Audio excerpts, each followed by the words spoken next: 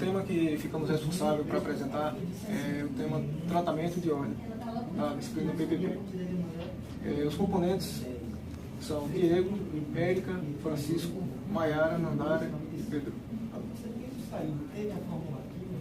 Na formação de diálise de petróleo encontramos 3 tipos de fluido: óleo, água e gás. Durante a elevação até a superfície, emulsões são formadas decorrente da agitação e do intenso cisalhamento causado pela forte despressurização ocasionada pela válvula. Na extração do petróleo, as emulsões são formadas a partir do momento que há um intenso cisalhamento, onde esse fluido passa pela válvula de choque, onde há um grande cisalhamento entre 2 fluidos.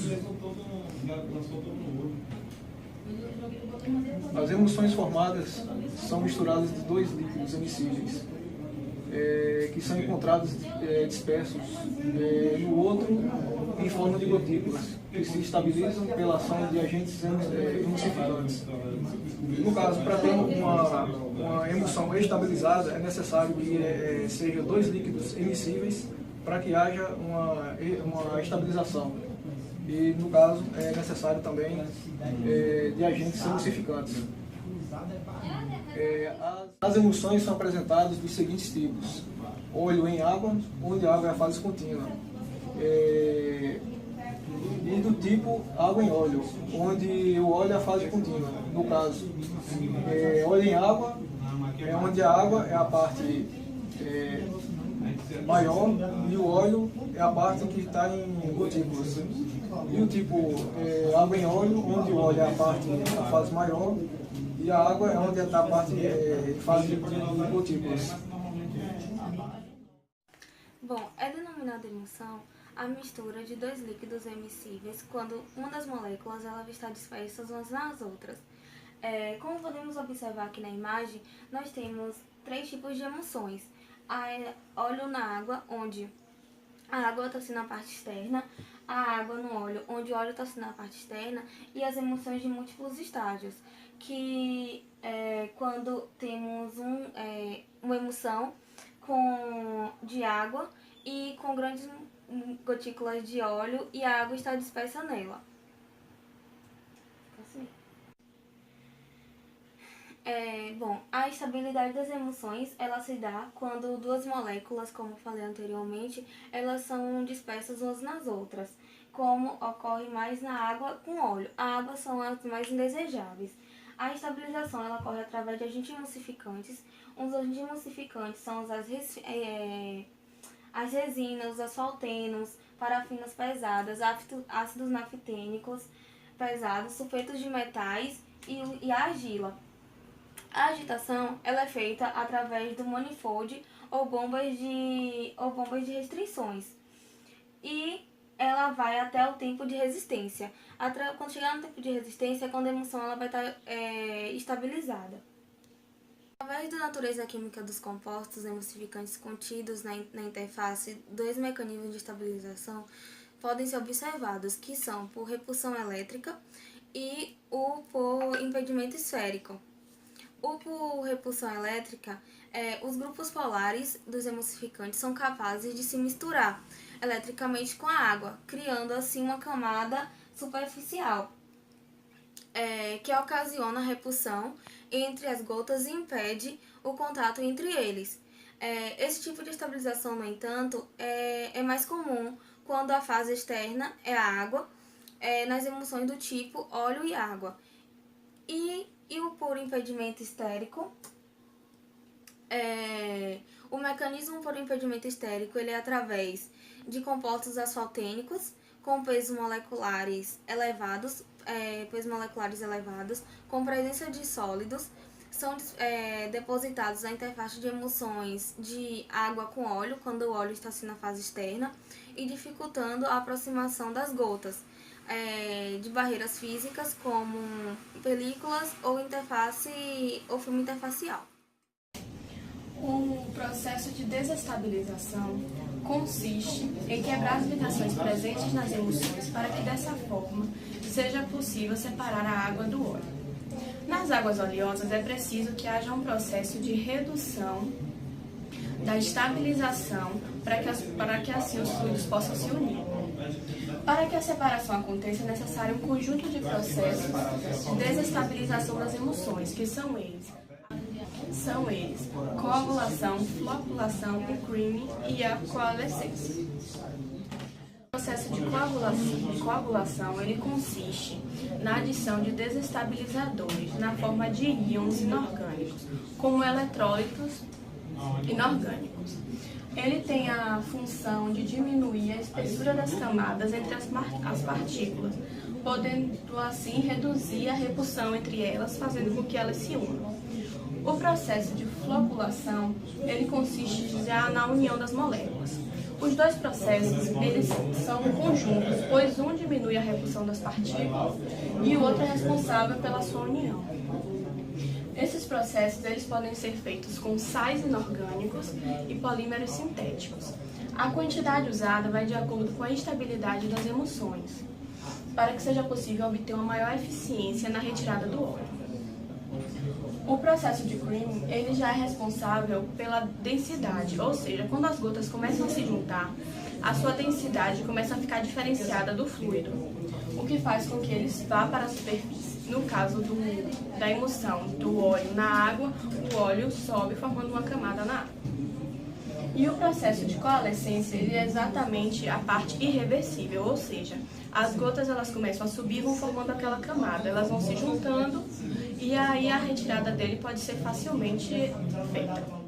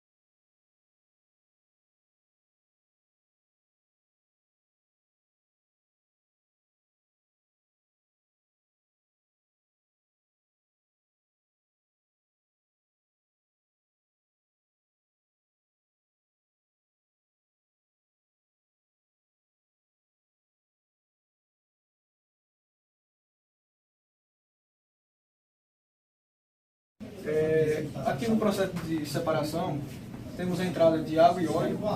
No separador trifásico, vamos ter primeiro a saída de água, no caso de água livre, que é aqui nessa parte. E na outra parte, depois do vertedouro, teremos a saída de óleo, mas só que esse óleo vai estar com emulsões. Então, esse óleo com emulsões, ele vai vir para que ele seja retirado essas emulsões.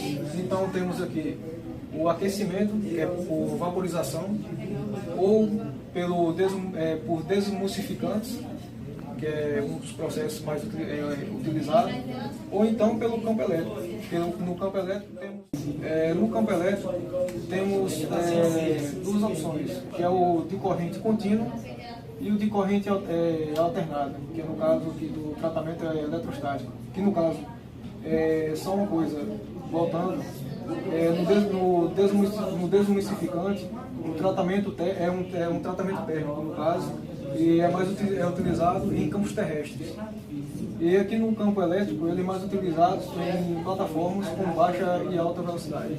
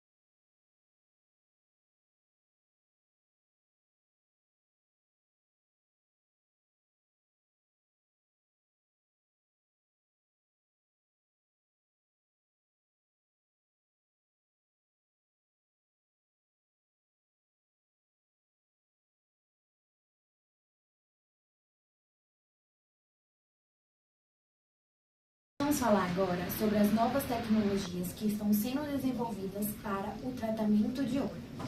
As tecnologias ainda estão em estudos e elas visam primordialmente diminuir, salvo algumas exceções, diminuir a temperatura de operação em relação às que são usadas normalmente. Vamos começar falando do separador tubular. O separador tubular é um separador gravitacional que ele busca primeiramente a redução do tamanho do equipamento. Então, ele é um separador gravitacional que para a sedimentação das gotículas de água, ele vai permitir uma fina espessura de óleo no interior do equipamento, diminuindo assim o tempo de residência e aumentando, por conseguinte, a eficiência. Temos aqui a imagem do separador tubular em um campo offshore. O separador ciclônico. O separador ciclônico, ele vai operar com força centrífuga.